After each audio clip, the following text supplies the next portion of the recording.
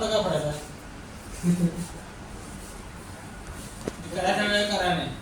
आणि आता ये हे 4 आरो मेम्ब्रेन बिस्लरीचे.